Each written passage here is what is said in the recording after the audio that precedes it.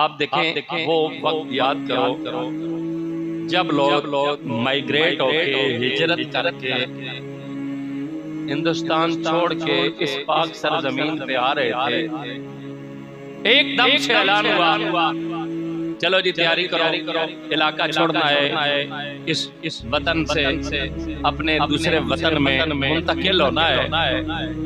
تو گھر میں بیٹھی ایک خاتون کو دیکھو جس کو اپنے گھر سے اپنی چار دیواری سے بڑی محبت ہوتی ہے، ساری زندگی اس کی ماں۔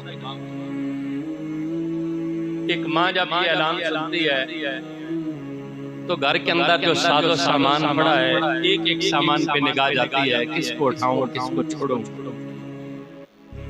بچے ہیں، بچیاں سین میں کھیل رہے ہیں، کہتی ہے کس کو اٹھاؤں کس کو چھوڑوں۔ سامان چھوڑ دیتی ہے، مال دولت چھوڑ دیتی ہے، بستی گھر چھوڑ دیتی ہے، لیکن سب سے بڑی کمائی جو اولاد ہے نا، وہ کبھی کسی کے ایک کندھے پہ دوسرے کندھے پہ اٹھا کے ماں چل رہی ہے۔ اس سے پوچھو کہ اس ملک کی قدر کیا ہے جس نے اس کے لیے اپنے ماں باپ بہن بھائی قوم قبیلہ مال دولت سب کچھ چھوڑا ہے۔ اور ایسی بیچ رستوں میں قبریں ہیں جن کی ہسٹری لوگوں نے لکھی ہے۔ ایک خاتون آئی جس کے پاس چند دنوں کا بیٹا ہے، اس کے لیے بھی پتہ نہیں اس نے کتنی بار اپنے رب کو نور دعائیں مانگی۔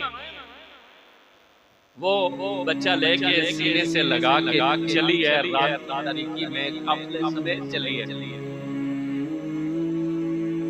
اس دور میں آپس میں بڑی خانہ جنگی تھی، لوگ مال لوٹنے کے لیے زیور چاندیاں مال دولت نقدی چھیننے کے لیے ہندو سکھ جو ہے وہ حملے کرتے ہیں مسلمانوں پہ، قتل عام، جلاؤ گھراؤ۔